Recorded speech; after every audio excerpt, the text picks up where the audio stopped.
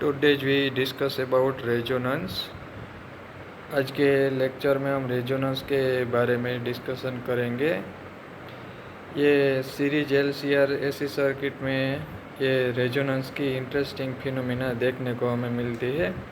ये रेजोनेंस की फिनोमेना किसी भी सिस्टम, ऐसी सिस्टम जो सिस्टम को किसी पर्टिकुलर फ्रीक्वेंसी पर ऑसिलेशन करने की अगर टेंडेंसी हो तो ऐसी सिस्टम में ये रेजोनेंस की फिनोमेनन देखने को मिलती है। ख़ास करके ऐसी कोई सिस्टम जिसमें पर्टिकुलर नेचुरल फ्रीक्वेंसी पर ऑसिलेशन करने की टेंडेंसी हो, ऐसी फ्रीक्वेंसी को नेचुरल फ्रीक्वेंसी कहा जाता है। और अगर ये सिस्टम को किसी एक्सटर्नल फोर्स से ये नेचुरल फ्रीक्वेंसी पर अगर ऑसिलेशन कराया जाए तो उसका एम्पलीट्यूड आइडियली इनफाइनाइट और प्रैक्टिकली लार्जर देखने को हमें मिलता है। ये फिनोमेनन को रेजोनेंस की फिनोमेनन कहते हैं। आइए अब हम रेजोनेंस का एक सिंपल एग्जांपल लेते हैं। ये जो चाइल्ड स्विंग में स्विंगिंग कर रहा होता है उसमें रेजोनेंस देखने को मिलते हैं। हमको मालूम है कि जो चाइल्ड स्विंग में स्विंगिंग कर रहे हैं वो स्विंग जो बैक एंड फोर्थ हो रहे हैं उसको नेचुरल फ्रीक्वेंसी होती है। और अगर चाइल्ड जो रोप को पुल और पुश कर रहा है उसी पुल के इंटरवल को अगर ये नेचुरल फ्रीक्वेंसी के से ट्यून कर दे तो ऐसे में हम देख सकते हैं कि जो ये बैक और फोर्थ होने की जो स्विंगिंग की फ्रीक्वेंसी है वो फ्रीक्वेंसी वो अगर जो रोप को पुल कर रहे हैं चाइल्ड उसी इंटरवल जो उसको पुल करने का इंटरवल है उसको नेचुरल फ्रीक्वेंसी के साथ ट्यून कर दे तो स्विंगिंग का एम्पलीट्यूड लार्जर बन जाता है। उसी फिनोमेनन को रेजोनेंस की फिनोमेनन कहते हैं। और ये interesting phenomenon series LCR AC circuit में भी देखने को मिलती है। आइए अब हम ये रेजोनेंस की फिनोमेनन के बारे में बात करते हैं। हमें मालूम है सीरीज LCR सर्किट में करंट का amplitude IM is equal to होता है VM, वोल्टेज का एम्पलीट्यूड अपॉन इम्पीडेंस Z, और impedance Z is equal to होता है VM upon R square plus XL minus XC का होल स्क्वेयर, और ये सारा का सारा अंडर रूट। हम देखते हैं कि यहाँ जो XL है वो इंडक्टर का इंडक्टिव रिएक्टेंस है और XL इज इक्वल टू होता है ओमेगा L, एंड ये XC जो कैपेसिटर का कैपेसिटिव रिएक्टेंस है और XC इज इक्वल टू होता है 1 अपॉन ओमेगा C।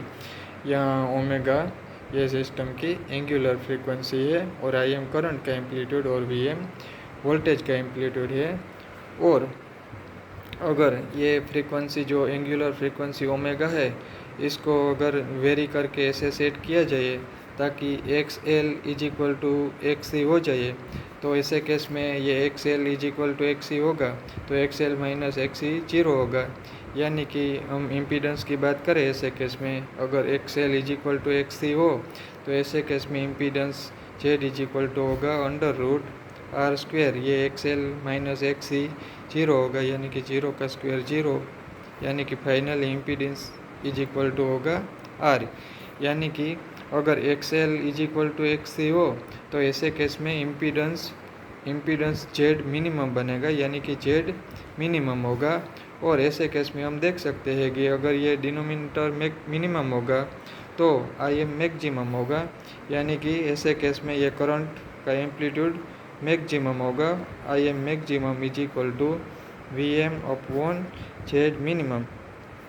यानी कि अगर हम ऐसी फ्रीक्वेंसी सेट कर दे, ये फ्रीक्वेंसी का वेरिएशन करके ऐसी फ्रीक्वेंसी सेट कर दे ताकि XL is equal to XC हो जाए तो ऐसे केस में इम्पीडेंस मिनिमम बनेगा और करंट का एम्पलीट्यूड मैक्सिमम मिलेगा।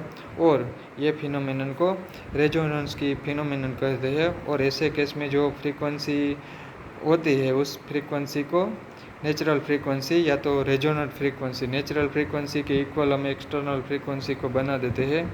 ये फ्रीक्वेंसी को रेजोनेंट फ्रीक्वेंसी बोलते हैं, रेजोनेंट फ्रीक्वेंसी, और उसे ओमेगा 0 से डिनोट किया जाता है।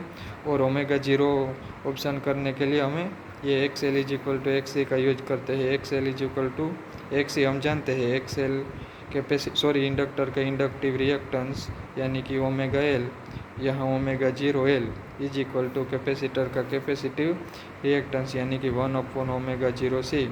यहाँ से मैं ये इक्वेशन को ओमेगा 0 के लिए लिख सकता हूँ, omega 0 square is equal to 1/LC, यानी कि फाइनली हमें मिलेगा ये angular resonant frequency omega 0 is equal to 1/√LC, यानी कि resonant frequency angular frequency omega 0 is equal to 1/√LC।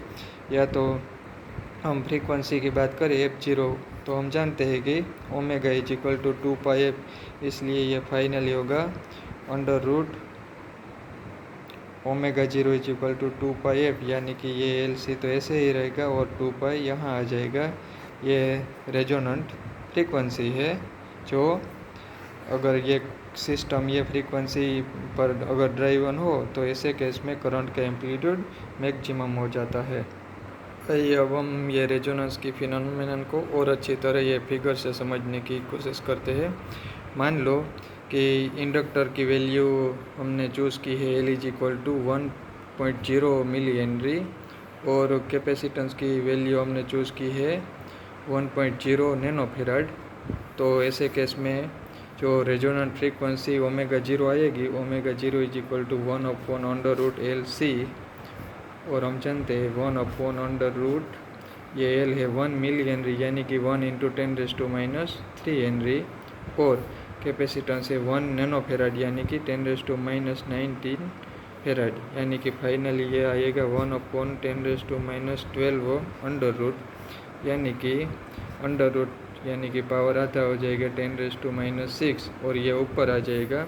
तो फाइनली हमें resonant frequency omega 0 is equal to मिलेगी 10⁻6 रेडियन पर सेकंड एंगुलर फ्रीक्वेंसी, यानी कि उसे हम मेगा रेडियन भी लिख सकते हैं, यानी कि मेगा रेडियन सेकंड इनवर्स, यानी कि हमारे सिस्टम की एंगुलर फ्रीक्वेंसी होगी 1 मेगा रेडियन। और अब हम रेजोनेंट में जानते हैं कि करंट का एम्पलीट्यूड दिया जाता है Im is equal to Vm/R से, और अगर हम R की वैल्यू 100 ओम ले तो ऐसे केस में हमें ये रेजोनेंट का ये ऐसा कर्व मिलेगा। ये रेजोनेंट का कर्व 100 ओम रेजिस्टेंस हम लेते हैं, ये 100 ओम वाला, और ये एक हम दूसरा कर्व लेते हैं। यहाँ मान लो कि ये रेजिस्टेंस 200 ओम है, और सिंपली हम देख सकते हैं कि ये करंट का एम्पलीट्यूड है ये रेजिस्टेंस के इन्वर्सली प्रोपोर्शनल में है,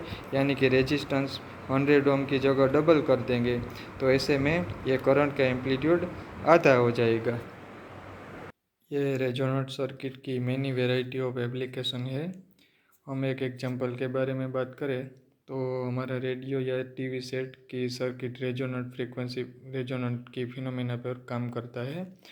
हम जानते हैं कि जब रेडियो या टीवी को स्टार्ट करते हैं तो उसकी एंटेना में मैनी फ्रीक्वेंसी के मैनी सिग्नल रिसीव होते हैं, लेकिन हम किसी एक पर्टिकुलर स्टेशन को सुनना या देखना चाहते हैं तो ऐसे में हम क्या करते हैं, हम ये जो रेडियो या टीवी का जो ट्यून होता है ये ट्यून को सेट करके उसी स्टेशन पर हम रखते हैं। तो ऐसे में क्या होता है कि ट्यून करने से ये जो रेजोनेंट सर्किट होती है उसका कैपेसिटेंस वेरी होता रहता है, और हम जो स्टेशन सुनना या देखना चाहते हैं उसी स्टेशन पर अगर हम ट्यूनर को रखें तो ऐसे में हमारी जो कैपेसिटेंस वेरी होकर जो सेट हो जाती है फ्रीक्वेंसी रेजोनेंट फ्रीक्वेंसी, उसी फ्रीक्वेंसी पर ये रेजोनेंट होता है, और जो सिग्नल में मैनी सिग्नल जो रिसीव हुए हैं उनमें से सिर्फ वो एक ही स्टेशन का जो सिग्नल है उसी सिग्नल पर करंट का एम्पलीट्यूड मैक्सिमम होता है, और बाद में सर्किट उसी स्टेशन पर ही ऑपरेट करते हैं, यानी कि उसी स्टेशन के जो भी प्रोग्राम है उसको हम अच्छी तरह से देख सकते हैं या सुन सकते हैं। और ऐसे में हम ये रेजोनेंट की फिनोमेना का यूज करके हमारा टीवी या रेडियो ऑपरेट कर सकते हैं। यह भी बताना इम्पोर्टेंट है कि ये जो रेजोनेंट की फिनोमेनन है ये LCR सर्किट में ही देखने को हमें मिलती है। अगर सर्किट में सिर्फ दो ही कंपोनेंट हो RC या RL तो ऐसे केस में रेजोनेंट की फिनोमेनन हमें देखने को नहीं मिलती, क्योंकि L और C दोनों कंपोनेंट होना चाहिए, क्योंकि हम जानते हैं कि इंडक्टर और कैपेसिटेंस दोनों एक दूसरे के आउट ऑफ फेज होते हैं और एग्जैक्टली ऑपोजिट डायरेक्शन में होते हैं दोनों को फेजर। इसलिए अगर सर्किट में एल, सी और आर तीनों का कॉम्बिनेशन होगा तो एल और सी दोनों आउट ऑफ फेज और एक दूसरे के ऑपोजिट होने के कारण एक दूसरे को कैंसिल कर देते हैं, और ऐसे में हमें करंट का amplitude I M is equal to V M upon R यानी कि मैक्सिमम एम्पलीट्यूड देखने को मिलता है। यानी कि ये तीनों कंपोनेंट होना चाहिए।